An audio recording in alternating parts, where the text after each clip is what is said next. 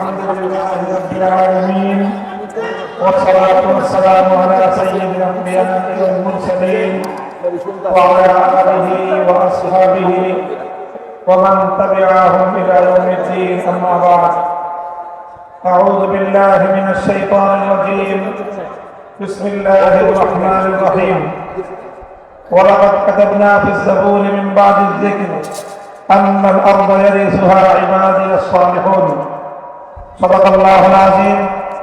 বাংলাদেশ খেলাফত মজলিস নীলফামারী জেলা শাখা কর্তৃক আয়োজিত আজকের এই গণসমাবেশে উপস্থিত সম্মানিত সভাপতি, উপস্থিত বাংলাদেশ খেলাফত মজলিসের কেন্দ্রীয় ও জেলা নেতৃবৃন্দ, অন্যান্য সমমনা ইসলামী সংগঠন সমূহের নেতৃবৃন্দ, যুব সংগঠন সহ সহযোগী সংগঠনগুলোর দায়িত্বশীল নেতৃবৃন্দ, বিভিন্ন থানা উপজেলা ও তৃণমূল পর্যায় থেকে সমবেত সংগঠনের নেতাকর্মী, সমর্থক ও সর্বস্তরের তৌহিদি জনতা, নীলফামারী জেলাবাসী, আজকের এই মহাসমাবেশে দাঁড়িয়ে আমি সর্বপ্রথম মহান আল্লাহ রাব্বুল আলামিনের দরবারে শুকরিয়া আদায় করছি।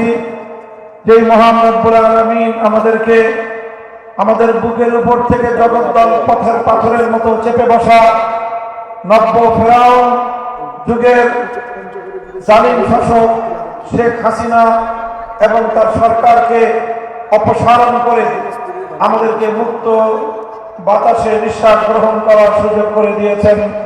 সেই রব্বুল আলামিনের দরবারে কালিমাতুশ শুকরের হাদিয়া পেশ করছি। আল্লাহুম্মা লাকাল হামদু ওয়া লাকাশ শুকর।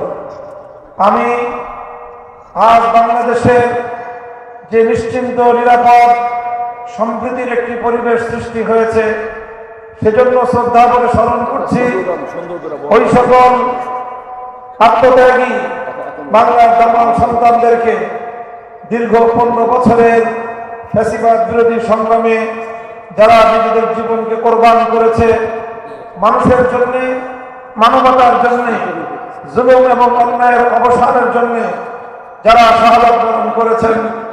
2009 সাল থেকে 2024 সাল পর্যন্ত 57 জন দেশপ্রেমিক সেনা কর্মকর্তা, অসংখ্য অগণিত কোরআন প্রেমিক তৌহিদি জনতা, শাপলা চত্বরের নবী প্রেমিক আশেকে রাসূল, আল্লাহর নবীর আশেক উম্মতেরা 2021 সালের হেফাজতে ইসলাম বাংলাদেশের নরেন্দ্র মোদীর বাংলাদেশ আগমনের প্রতিবাদে আয়োজিত শান্তিপূর্ণ কর্মসূচিতে ফ্যাসিবাদের দোসরদের গুলিতে নিহত হেফাজতে ইসলামের নেতাকর্মী ও 2024 সালের বৈষম্য বিরোধী আন্দোলনে বাংলাদেশে জুড়ে গণহত্যার শিকার সহস্রাধিক আমার বাংলার ছাত্র জনতা ও 3 বছরের শিশু সন্তান থেকে শুরু করে আবার বৃদ্ধ বনিতা, নারী পুরুষ, যারা এই পতিত স্বৈরাচারী শেখ হাসিনা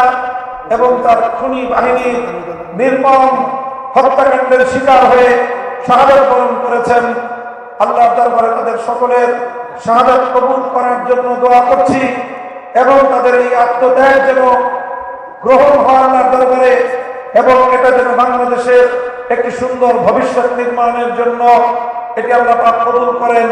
আল্লাহর কাছে সেই প্রার্থনা করছি। সংগ্রামী সাথী ও বন্ধুগণ, আজ 5ই আগস্ট, যেই 5ই আগস্টকে বাংলাদেশের মানুষ অনেকেই দ্বিতীয় স্বাধীনতা দিবস হিসেবে আখ্যায়িত করেছে। এই 5ই আগস্ট ফ্যাসিস্ট স্বৈরাচারী হাসিনার পতনের মধ্য দিয়ে বাংলাদেশের মানুষ নতুনভাবে মুক্ত এবং স্বাধীন হয়েছে।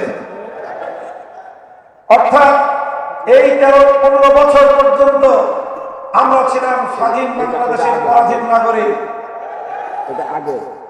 এই স্বাধীনতার পরবর্তী আজ 40 দিন অতিক্রান্ত হয়ে আমরা 41তম দিন উদযাপন করছি।